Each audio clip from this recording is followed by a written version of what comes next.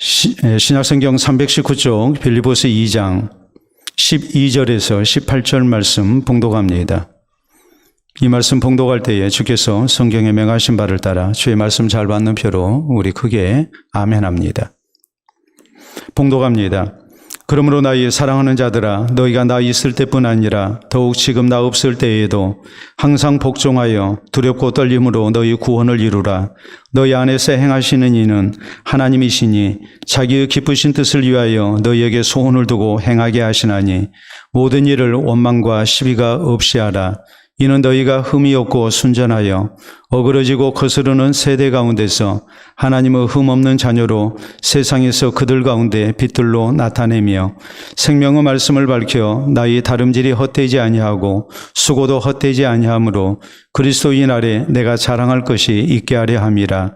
만일 너희 믿음의 제물과 섬김 위에 내가 나를 전제로 드릴지라도 나는 기뻐하고 너희 무리와 함께 기뻐하리니 이와 같이 너희도 기뻐하고 나와 함께 기뻐하라. 아멘.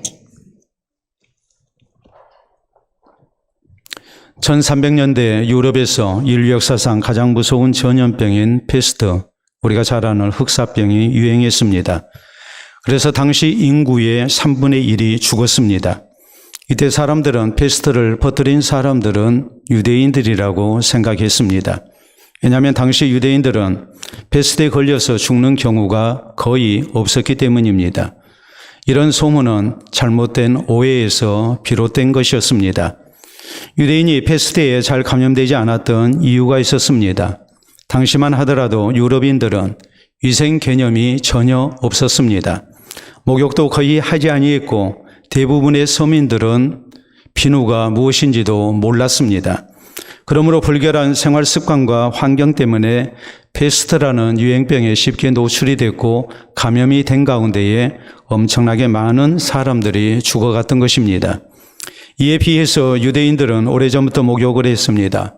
또 식사 전후에는 꼭 손을 깨끗이 씻는 생활 습관을 가지고 있었습니다.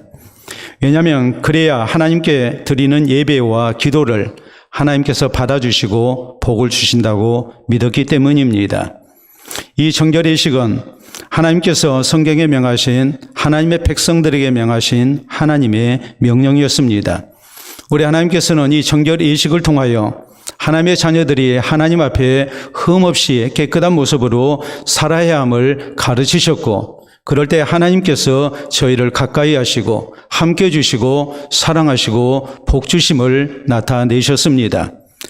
그러므로 하나님의 백성된 유대인들에게 몸을 정결케 하는 것, 이것은 오랜 세월 지켜온 신앙생활의 아주 소중한 습관이었습니다.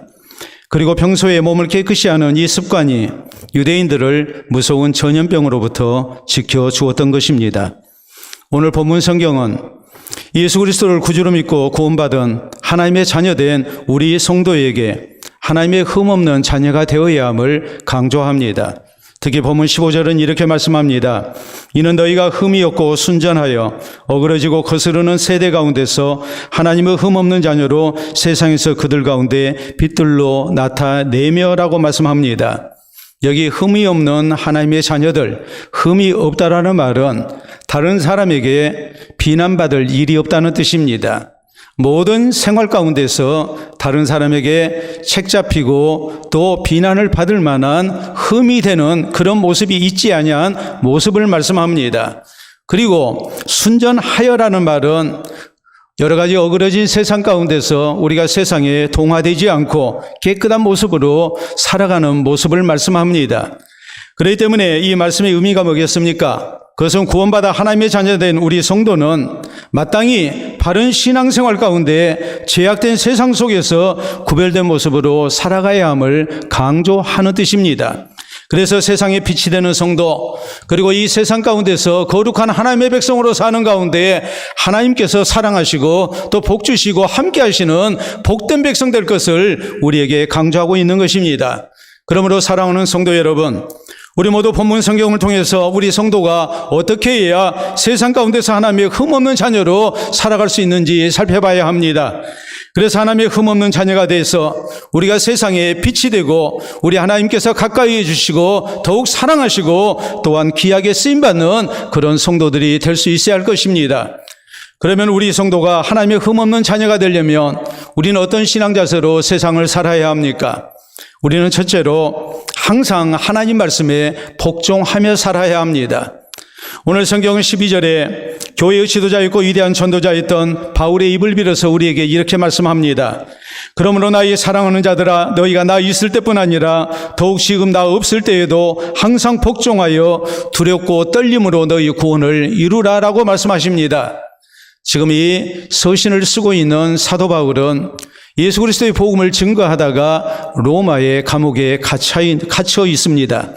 이 사도 바울에게 있어서 자신의 안전보다도 더 중요했던 것은 다름이 아니라 빌립보 교회 성도들이 나 없는 동안에도 신앙생활을 잘하는 거였습니다. 그렇기 때문에 바울은 이 사실을 먼저 저희에게 말씀하고 부탁합니다. 너희가 지금 나 없을 때에도 더욱 하나님의 말씀에 복종하며 살아야 한다. 그래서 신앙생활에 있어서 이제 더욱 아름다운 모습으로 믿음을 지키고 하나님께 영광되는 모습으로 살아야 함을 이렇게 강조합니다. 특히 항상 복종하여 두렵고 떨림으로 너희 구원을 이루라라고 말씀합니다. 바울 사도가 지도하고 있을 때는 또 사람 앞에서는 신앙생활을 잘할 수 있습니다. 하나님 말씀에 순종할 수 있습니다. 그런데 지도자가 없습니다. 보는 사람이 없습니다. 이런 때에는 우리가 하나님의 말씀대로 산다는 것이 아무래도 쉽지가 않습니다. 많은 유혹 가운데 우리가 적당하게 할 수 있습니다. 그렇기 때문에 바울 사도는 이것을 염려하고 저희에게 항상 복종하여 두렵고 떨림으로 너희 구원을 이루라라고 강조하고 있는 것입니다. 두렵고 떨림으로 구원을 이루라는 이 말씀의 의미가 뭐겠습니까? 우리가 예수님을 구주로 믿으면 우리는 분명히 모든 죄를 용서받고 구원받을 수 있습니다. 하나님의 자녀가 될 수 있습니다.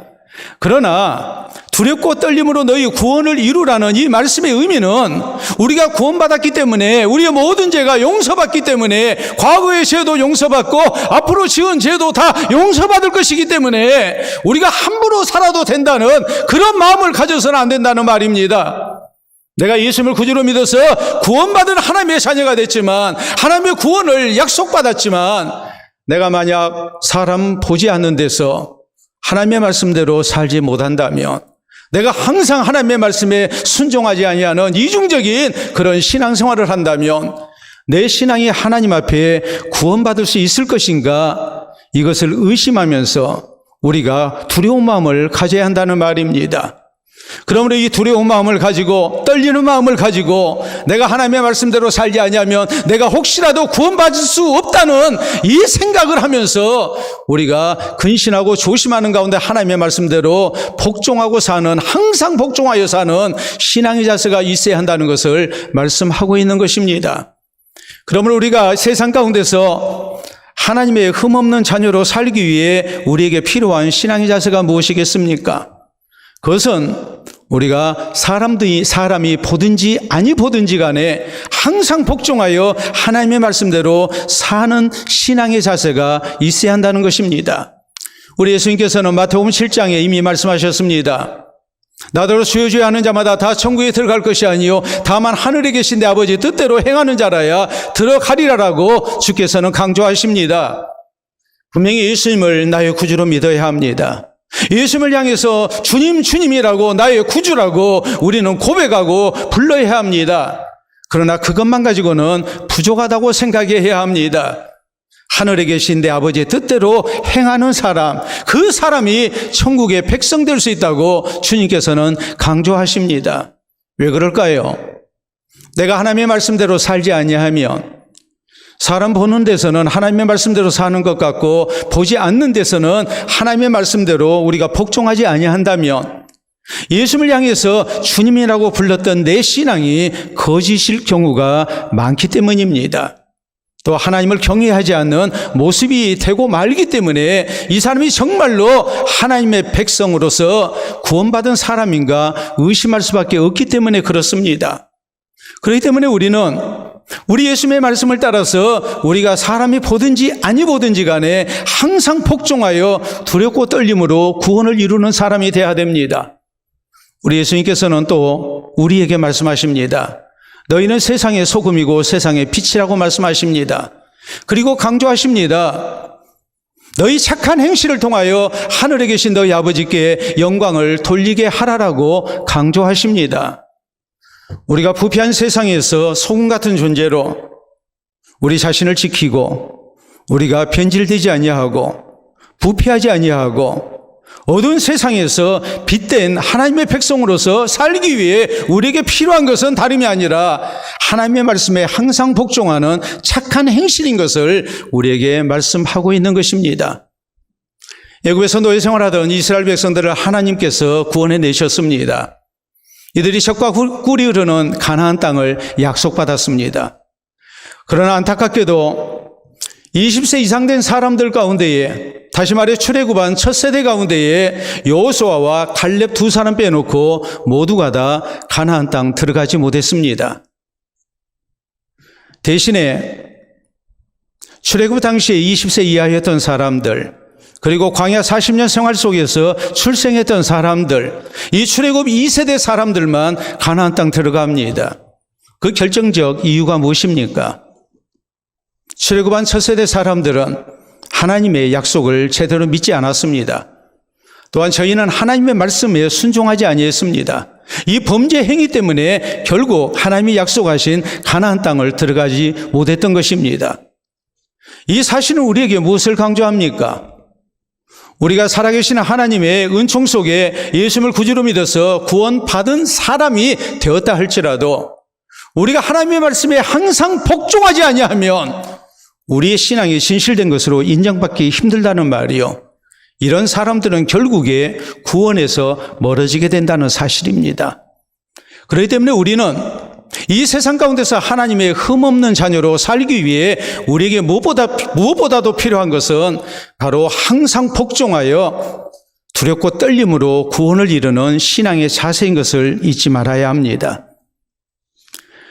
그리스의 유명한 역사가 헤로도토스가 있습니다. 이 사람이 초대 교인들의 아름다운 신앙생활에 대하여 남긴 역사 기록이 있습니다.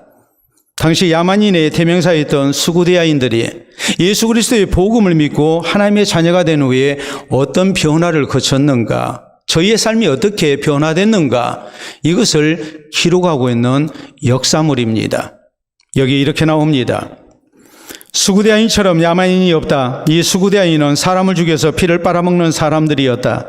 이들은 사람을 죽여 머리 가죽을 벗겨서 그것을 수건 삼아 머리에 걸고 다녔다. 이 사람들은 해골을 가지고 그릇을 만들고 술잔을 만들었다. 그런데 이 사람들이 예수님을 구주로 믿고 헬라인보다도 더 지성인이 되었다. 예수님을 믿고 완전히 삶이 바뀌었다. 그것이 복음의 능력이었다라고 이렇게 기록합니다. 참으로 야만인 같은 사람들이었지만 이들이 예수님을 믿고 그 삶이 변화됐습니다.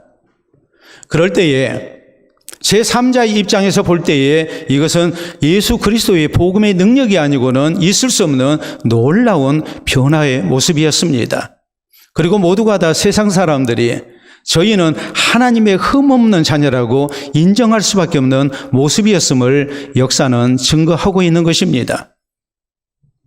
분명한 사실이 있습니다. 하나님의 자녀된 우리 성도가 불신자들로부터 손가락질을 당하고 비난을 받는 이유가 무엇입니까? 우리가 가난해서가 아닙니다. 우리가 못 보였기 때문도 아닙니다. 교회가 초라한 모습이기 때문에 교인의 수가 적어서도 아닙니다. 우리가 세상에서 바란 듯이 출세하지 못해서 세상 사람들이 우리를 비난하는 것 결코 아닙니다. 오직 하나입니다. 우리가 예수 그리스도를 구주로 믿어서 모든 죄를 용서받고 천국 백성으로, 하나님의 백성으로 우리가 부르심을 받았다 하면서 우리의 사는 모습이 불신자와 차별화되지 않기 때문입니다. 하나님의 말씀대로 살지 아니해서 불신자들보다도 더 나은 신앙 인격을 갖지를 못했습니다. 불신자들에게 하나님의 구원받은 백성다운 모습을 보여주지 못했습니다. 이런 것들이 결국에 하나님의 흠 있는 백성이 되고 말았고, 이 흠 때문에 우리는 세상 사람들의 손가락질과 비난을 피할 수 없게 된 것입니다. 그러므로 사랑하는 성도 여러분, 하나님의 자녀된 우리 성도는 언제 어디서나 항상 하나님 말씀에 복종하며 살아야 합니다. 두렵고 떨림으로 우리에게 허락된, 약속된 구원을 이루어가는 사람이 되어야 됩니다. 내 주변의 사람들에게 신실한 하나님의 백성으로, 정말 진실된 하나님의 백성으로, 그리스도인으로 우리가 인정받을 수 있어야 합니다. 혹시라도 그리스도인으로서 우리가 바로 살지 못해서 손가락질 당하고 비난의 대상이 되는 사람이 돼서는 안 됩니다. 그래서 항상 하나님의 흠없는 자녀로 인정받고 또 구원받기에 합당한 성도로 준비되어 가는 우리 모두가 될 수 있기를 바랍니다. 둘째로, 우리가 하나님의 흠없는 자녀가 되려면은 그 어떤 경우에도 좋으신 하나님 신뢰하고 살아야 합니다. 13절로 말씀합니다. 너희 안에 행하신 이는 하나님이시니 자기의 기쁘신 뜻을 위하여 너희에게 소원을 두고 행하게 하시나니라고 말씀하십니다. 우리 하나님께서 우리를 구원의 백성으로 부르셨습니다. 우리의 마음속에 성령의 감동하심을 주셨고 예수 그리스도의 복음을 믿게 하셨습니다. 그리고 우리로 하여금 하나님의 거룩한 백성으로 바르게 살고자 하는 동기를 부여하십니다. 하나님께서 우리 마음에 기쁘신 뜻을 주셨습니다. 그리고 그 기쁘신 뜻을 위하여서 살도록 하나님이 주장하십니다. 이런 말씀들이 우리에게 가르치는 내용이 무엇이겠습니까? 하나님은 우리의 모든 삶을 주장하시는 하나님이시라는 말이요, 하나님은 우리의 마음까지도 주장하고 계신다는 말입니다. 우리 생사복의 주인은 하나님이십니다.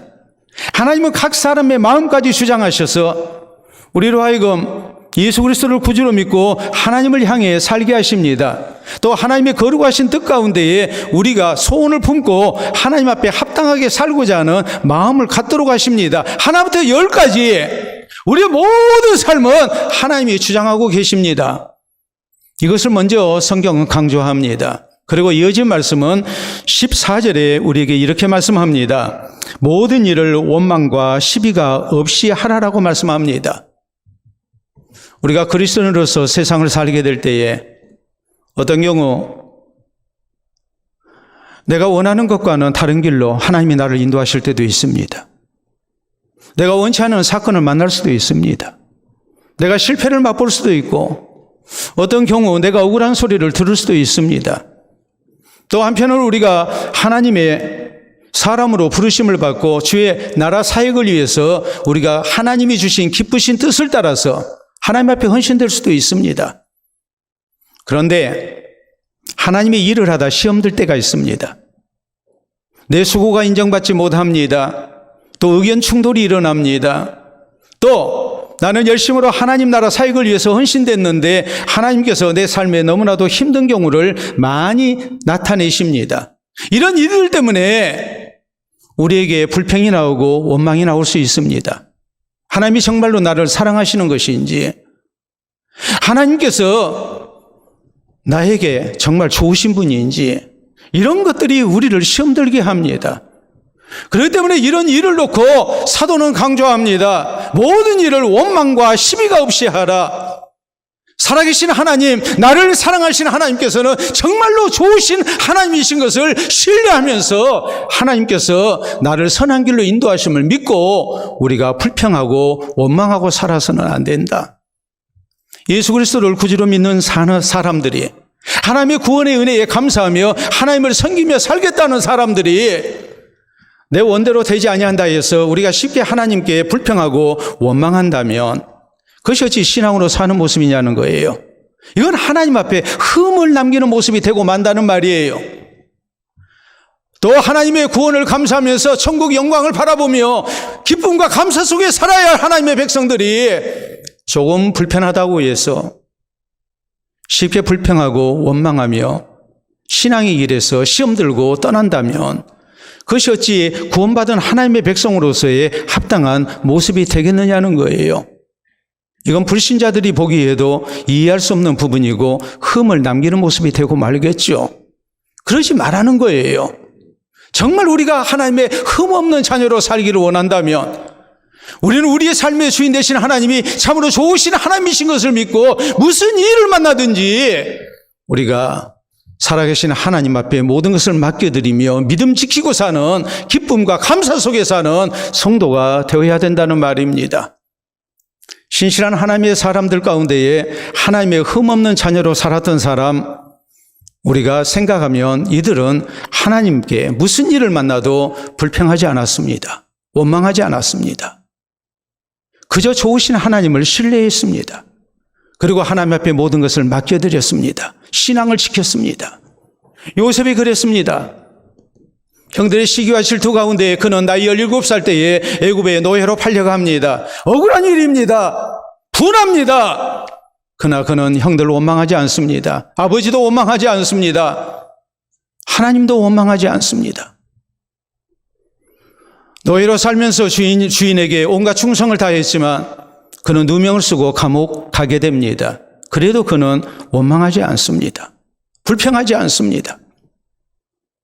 감옥에서 다른 죄수 동료를 도와줬지만 그는 배신당합니다. 그래도 그는 불평하거나 원망하지 않았습니다. 이 모든 일은 다 하나님이 허락하신 일이라 믿고 좋으신 하나님을 신뢰합니다. 하나님이 나를 사랑하시고 하나님의 자녀 삼으셨습니다. 그 하나님을 믿습니다. 형들이 나를 애굽의 노예로 판 것이 아니라 하나님이 허락하신 일이라고 믿습니다. 여기에 하나님의 선한 뜻이 있다고 믿습니다. 그럴 때 그는 흠없는 하나님의 자녀가 될 수 있었고 더 큰 하나님의 복을 받았습니다. 다윗도 그랬습니다. 다윗이 사울왕 때문에 혹은 그 주변에 있었던 사람들 때문에 얼마나 억울한 일을 많이 당합니까? 다윗은 그때마다 고백합니다. 이 모든 일은 다 하나님이 허락하신 것이다. 하나님이 재판장 되신다. 이 모든 일을 통해서 하나님께서 나에게 좋은 것으로 갚아주실 것이라고 그는 믿습니다. 그리고 불평하지 않습니다. 원망하지 않습니다. 신앙을 지키며 하나님을 기다립니다. 그럴 때 믿음 지킬 수 있었고 하나님의 놀라운 은총을 허락받는 하나님의 사람이 될 수 있었습니다. 우리가 세상을 살면서 많은 인간관계를 맺고 살아갑니다. 그렇기 때문에 인간이라고 말을 합니다. 사람 인자에 사이 간자를 씁니다. 사람 속에서, 관계 속에서 우리는 사람이 되는 겁니다. 그래서 아리스토텔레스는 말하기를 인간은 사회적 동물이라고 말을 했습니다. 인간관계 맺지 않고 사는 사람 거의 없습니다. 그런데 인간관계는 대체적으로 세 가지 단계를 거치게 됩니다. 가장 첫 번째 단계는 이것입니다. 보도록 하겠습니다. 여러분 한자로 보면 지우입니다. 그 사람을 아는 것으로 해서 관계가 맺어집니다. 그 사람의 나이가 얼마나 됐는지, 가정 환경은 어떠한지, 그의 성격은 어떤지 그냥 아는 정도입니다. 지우 가운데에 한 10% 정도가 다음 단계로 넘어갑니다. 바로 이것입니다. 친우입니다. 친한 관계가 되는 것이죠. 여러분이 알고 있는 많은 사람들 속에 한 10분의 1 정도 친우가 됩니다. 이 친우 가운데 더 깊은 관계에 들어서게 되면 평생에 한 사람 얻을까 말까한 관계를 맺는 사람이 생깁니다. 그 사람이 바로 이것입니다. 신우. 믿을 만한 사람. 믿을 만한 사람, 신우를 얻는다는 것은 평생에 정말 드문 일입니다. 그렇기 때문에 우리가 세상을 살아가면서 인간관계 속에서 지우가 되고 친우가 되고 신우가 되는 것 참 소중합니다. 그리고 서로 믿고 살 수 있다는 것 얼마나 우리에게 든든한 일인 줄 모릅니다. 그 사람이 나에게 어떻게 하든지 그의 본심을 의심하지 않고 그런 나에게 좋은 사람이라고 확신하면서 그를 믿어주면서 산다는 것, 이것이 얼마나 소중한 인생의 자산이 되겠습니까? 그런데 이보다도 더 중요한 것이 있습니다. 신실한 하나님의 사람이었던 바실리아 슈링크는 이런 얘기를 합니다. 나는 하나님을 다 이해하지 못한다. 크고 크신 하나님을 내가 어떻게 이해할 수 있겠습니까? 하나님 하시는 일을 우리가 어떻게 다 이해합니까? 그러나 바실레아 수링크는 다음에 중요한 말씀을 합니다. 그러나 나는 하나님을 신뢰한다. 나는 하나님을 믿는다라고 말합니다. 사랑하는 성도 여러분, 성경은 로마서 8장 28절에 우리에게 말씀합니다. 우리가 알거니와 하나님을 사랑하는 자, 그의 뜻대로 부르심을 입은 자들에게는 모든 것이 합력하여 선을 이루느니라. 우리를 사랑하신 하나님, 그리스도 예수 안에서 나를 하나님의 자녀로 삼아주신 아버지 되신 하나님은 참으로 좋으신 하나님이라는 말입니다. 이 좋으신 하나님을 우리가 신뢰하고 살아야 합니다. 세상 사람 믿고 살다 우리가 믿는 도끼에 발등 지키고 아픔을 겪는 사람 되지 말고 우리는 믿을 수 있는 하나님을 믿고 살아야 합니다. 좋으신 하나님을 신뢰하고 살아야 합니다. 이 하나님이 나의 삶의 주인 되시고 이 하나님이 나에게 허락하신 모든 일들, 그것이 좋지 않은 일이라 할지라도, 굳은 일이라 할지라도, 나를 아프게 하는 일이라 할지라도 궁극적으로 하나님께서 이 모든 것 합력해서 선을 이룰 줄 믿어야 합니다. 그리고 우리가 어느 누구도 불평하고 원망해서는 안 됩니다. 그리스도인으로서 항상 감사와 기쁨 속에 살아야 합니다. 그래서 우리의 신앙에 흠이 남겨서는 안 됩니다. 흠을 남겨서는 안 됩니다.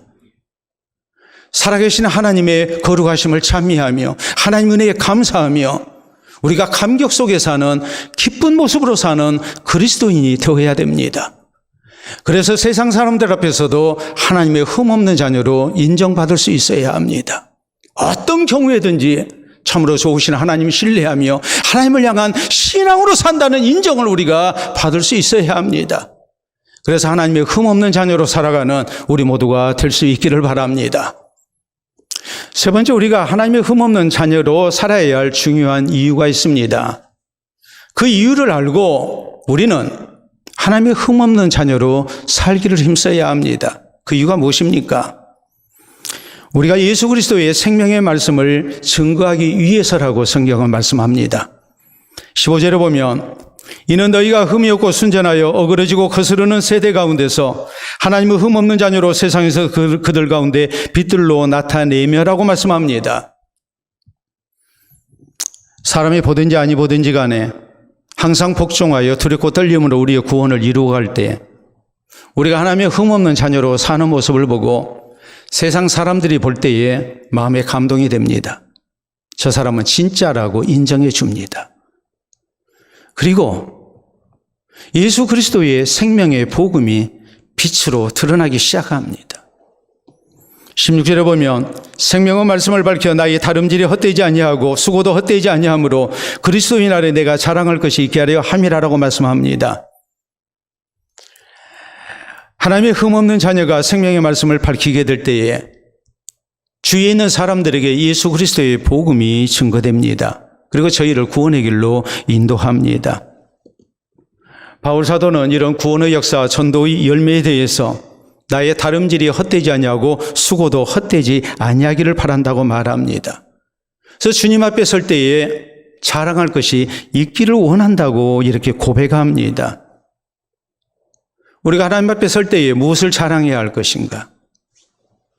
내가 세상 사는 날 동안 하나님의 흠없는 자녀로 살아서 예수 그리스도의 생명의 복음의 빛을 발했고 이로 인해서 내 주변에 있는 사람들에게 전도의 아름다운 역사가 일어났다면 이걸 가지고 우리가 하나님 앞에 설 때 자랑할 것이 있게 된다는 뜻입니다. 내가 세상을 살면서 이런 전도의 열매가 없다면 내 주변 사람들에게 하나님의 백성의 바른 신앙생활의 모습을 나타내지를 못해서 저희로 하여금 구원 얻는데 방해가 됐다면 그건 하나님 앞에 심히 부끄러운 일이 될 것입니다. 그래서 바울은 먼저 믿은 우리 그리스도인이 하나님의 흠없는 자녀가 돼서 다른 사람을 구원의 열매로 가지고 하나님 앞에 서서 자랑할 수 있어야 된다고 강조하고 있는 것입니다. 그렇기 때문에 오늘 본문 17절에 바울은 이렇게 말합니다. 만일 너희 믿음의 재물과 섬김 위에 내가 나를 전제로 드릴지라도 나는 기뻐하고 너희 무리와 함께 기뻐하리라라고 말씀합니다. 일곱 교회의 성도들이 주의 복음 사역을 위해서 구원 얻은 성도로서 하나님 앞에 아름답게 헌신되고 또 주님의 나라 사역을 위해서 섬김의 생활을 합니다. 이 성도들이 이런 모습으로 사는 것에 대해서 바울 사도는 기뻐하며 그리고 고백합니다. 너희 재물 위에 내가 전제와 같이 부어지는 것도 나는 원한다. 전제라는 것은 하나님 앞에 제물을 드리고 난 다음에 맨 마지막에 포도주를 부어드리는 것을 말합니다. 이걸 전제라고 했습니다. 이 말씀의 의미가 뭐겠습니까? 사랑하는 성도들과 함께 하나님 나라 사역을 위해서 먼저 구원받은 자로 하나님 나라 사역에 귀하게 헌신되고 봉사하고 섬기는 이 삶에 나도 동참하기를 원하고 나의 희생을 기뻐한다는 말이에요. 내가 기꺼이 그렇게 하겠다는 말이에요. 그렇기 때문에 18절에 보면은 바울은 이렇게 말합니다. 이와 같이 너희도 기뻐하고 나와 함께 기뻐하라. 우리에게 있어서 가장 큰 기쁨이 뭐가 돼야 될 것인가? 내가 예수 그리스도를 구주로 믿고 하나님 나라 백성이 된 거 기뻐해야 할 일입니다. 내가 하나님 나라의 귀한 일꾼 돼서 하나님의 복음 사역을 위해서 수고한 것도 헌신되는 것도 참으로 기뻐해야 할 일입니다. 그러나 이보다도 더 기뻐해야 할 것은 내가 하나님 앞에 흠없는 자녀로 살아서 예수 그리스도의 생명의 복음의 빛을 이 어두운 세상 가운데 밝히고 나를 통해서 세상 사람들이 하나님 앞에 영광을 돌려드리며 함께 구원 얻기를 원해 예수 그리스도의 백성이 됐다면 이것보다도 더 기쁜 일은 없다는 말입니다. 이 신령한 기쁨이 우리에게도 있어야 된다는 것을 바울은 강조하고 있는 겁니다. 그러므로 우리가 하나님의 흠없는 자녀가 되어야 할 중요한 이유가 무엇이겠습니까? 먼저 소극적으로는 두렵고 떨림으로 내 구원을 이루기 위해서입니다. 두 번째로는 내 주변 사람들 때문에 그렇습니다. 내가 하나님의 흠없는 자녀로 살아야 내 가족이, 내 친구가, 내 이웃이 예수 그리스도를 구주로 믿고 함께 구원 얻는 하나님의 자녀가 될 수 있기 때문입니다. 이걸 우리가 소홀히 하면 우리는 하나님 앞에 부끄러움을 당할 수밖에 없습니다. 그렇기 때문에 성경은 우리에게 말씀합니다. 디모데전서 4장 12절 이하에 있는 말씀을 보면 사도 바울은 자신의 후계자가 되는 디모데에게 이렇게 강조합니다. 너는 말과 행실과 믿음과 사랑과 정절에 믿는 자들의 본이 되라. 전심전력에서 너의 믿음의 성숙된 모습을 사람들에게 보여줘라. 그렇게 함으로 해서 내 자신을 구원할 것이고 내게 듣는 자들을 구원하게 될 것이다라고 강조합니다. 내가 하나님의 흠없는 자녀가 돼야 두렵고 떨림으로 내가 구원받는 성도가 됩니다. 또 나를 통해서 내 주변 사람들이 구원을 얻게 됩니다. 이것을 우리가 해야 한다는 말입니다.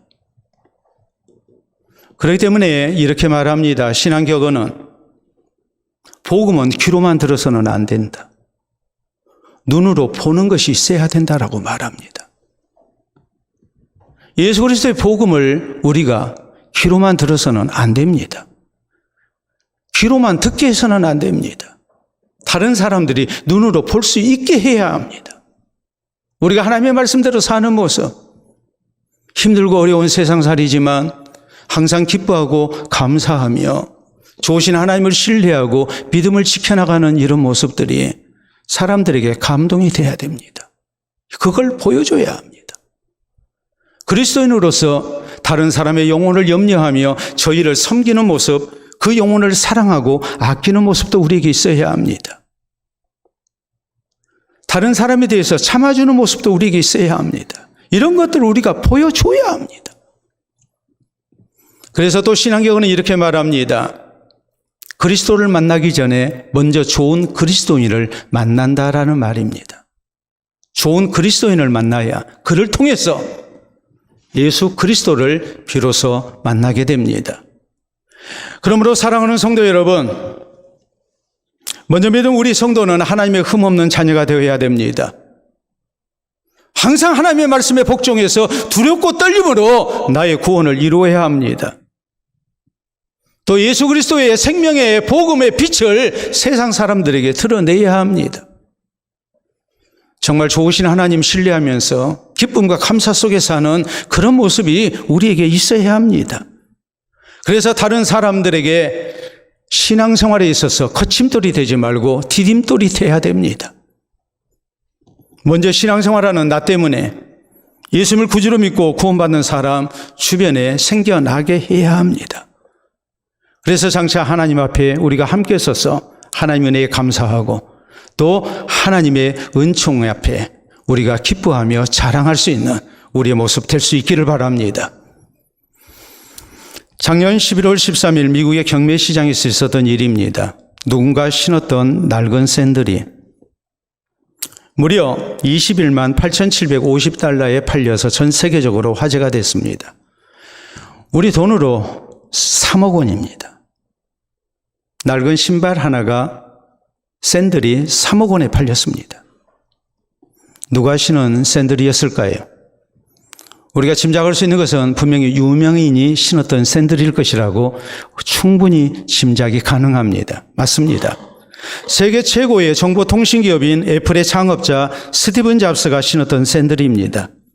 스티브 잡스는 혁신적인 컴퓨터와 또 스마트폰으로 세상을 바꾼 사람이라고 인정받고 있는 유명인입니다. 그는 지난 2011년에 죽었습니다. 스티브 잡스가 신었던 샌들 보도록 합니다. 여러분 사진을 보시게 되면 바로 저런 샌들입니다. 굉장히 낡았죠. 한두 번 신은 샌들이 아니라는 것을 우리가 알 수 있습니다. 1970년부터 1980년대까지 즐겨 신었던 샌들입니다. 다시 한번 볼까요? 이 샌들을 보면 바닥에 스티브 잡스의 발가락 닿았던 부분들, 발바닥이 닿았던 부분에 자국이 남아 있습니다. 현대의 전자통신 분야에 이 전자통신 문명의 위대한 발자국을 남겼다는 것을 상징한다 해서 그래서 저 샌들이 저렇게 비싼 고가에 팔리게 된 겁니다. 그런데 1950년대에 미국의 명문대인 휘튼 대학을 수석 졸업한 짐 엘리엇이라는 사람이 있습니다. 짐 엘리엇은 세상의 부귀영화를 마다하고 하나님께 선교사로 헌신됐습니다. 그래서 남아메리카의 원주민에게 복음을 증거했고 그는 젊은 나이에 순교의 제물이 됐습니다. 당시 많은 사람들이 짐 엘리엇 선교사를 말렸습니다. 당시처럼 우수한 인재가 우리 인류 문명을 위해서 더 헌신될 수 있는 좋은 기회가 있을 텐데 그리고 세상의 부귀영화를 약속받은 사람이라고 말해도 과언이 아닌데 왜 자신의 인생을 그렇게 허비하느냐고 낭비하느냐고 헛된 데 쓰냐고 많은 사람들이 안타까워했습니다. 그때 짐 엘리엇은 자기 말고 선교사로 나갈 사람이 많음에도 불구하고 자신이 세상의 부귀영화를 뒤로 하고 이렇게 하나님 나라 사역을 위해서 선교사로 헌신된 일에 대해서 이렇게 강조합니다. 나는 이 세상에 하나님의 발자국을 남기고 싶습니다. 나는 이 세상에 하나님의 발자국을 남기고 싶습니다. 사랑하는 성도 여러분, 여러분은 이 세상을 살면서 어떤 발자국을 남기기를 원하십니까? 내 발자국을 남기는 것도 소중하지만 먼저 구원받은 우리 하나님의 백성들은 하나님의 흠없는 자녀로서의 발자국을 남길 수 있어야 합니다.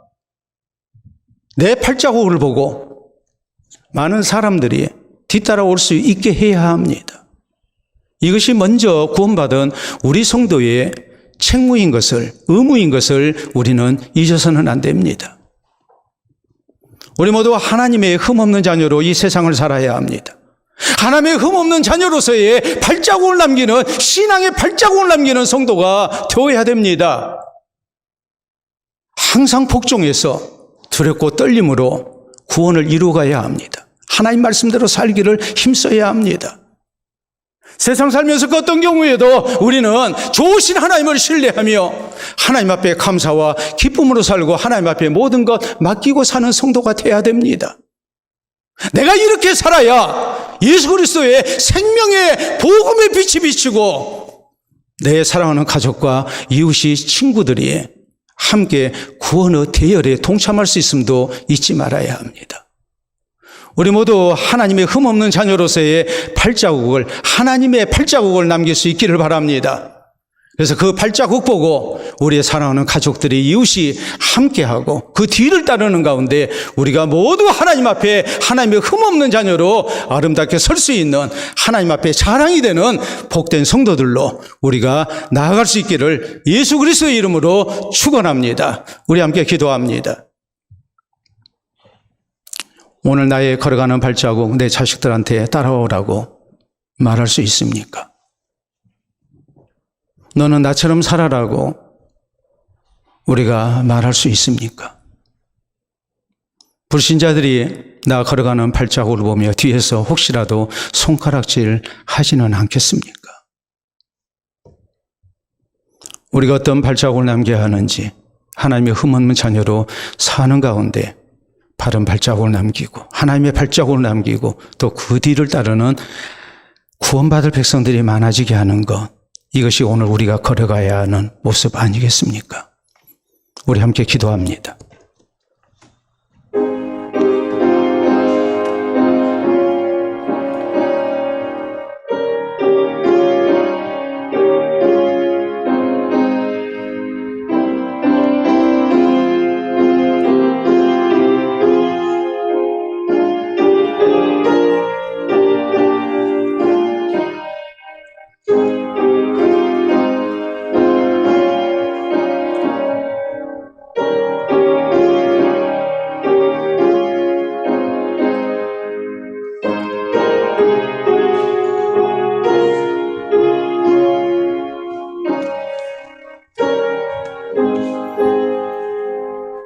우리의 생사복의 주인 되신 아버지, 은혜를 진심으로 감사합니다.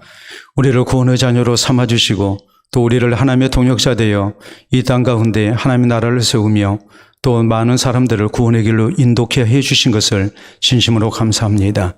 그러나 우리의 부족이 너무나도 많고 우리의 허물이 너무나도 많아서 부끄러움을 이 시간 주님 앞에 고백합니다. 우리를 주께서 용서해 주시고 오늘 허락하신 말씀을 통해 우리가 다시 한번 새 출발을 할 수 있기를 원합니다. 이제 세상을 살면서 하나님의 흠없는 자녀로 살아가게 하여 주시옵소서. 늘 하나님 말씀을 따라 살게 하시고 좋으신 하나님 신뢰하며 우리가 주를 의지하고 믿음으로 살아갈 수 있도록 인도해 주시옵소서. 우리의 사는 모습이 또 우리의 신앙생활의 모습이 많은 이들에게 예수 그리스도의 생명의 복음의 빛을 발하는 모습이 되게 하시고 어둠 가운데 있는 저들에게 우리 주를 향해 나아가게 하는 구원의 디딤돌이 될 수 있도록 도와주시옵기를 원합니다. 이제 살아오는 성도들이 이 땅 살아가면서 하나님의 흠없는 자녀로서의 발자국을 남기를 원합니다.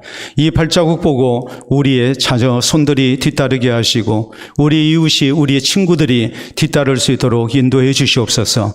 그래서 우리 모두 하나님 앞에 자랑스러운 모습으로 서게 하시고 하나님께서 기뻐하시고 또한 우리 하나님께서 더욱 사랑하시는 복된 영혼들이 되게 하여 주시옵소서. 감사하며 예수님 이름으로 기도하옵나이다. 아멘.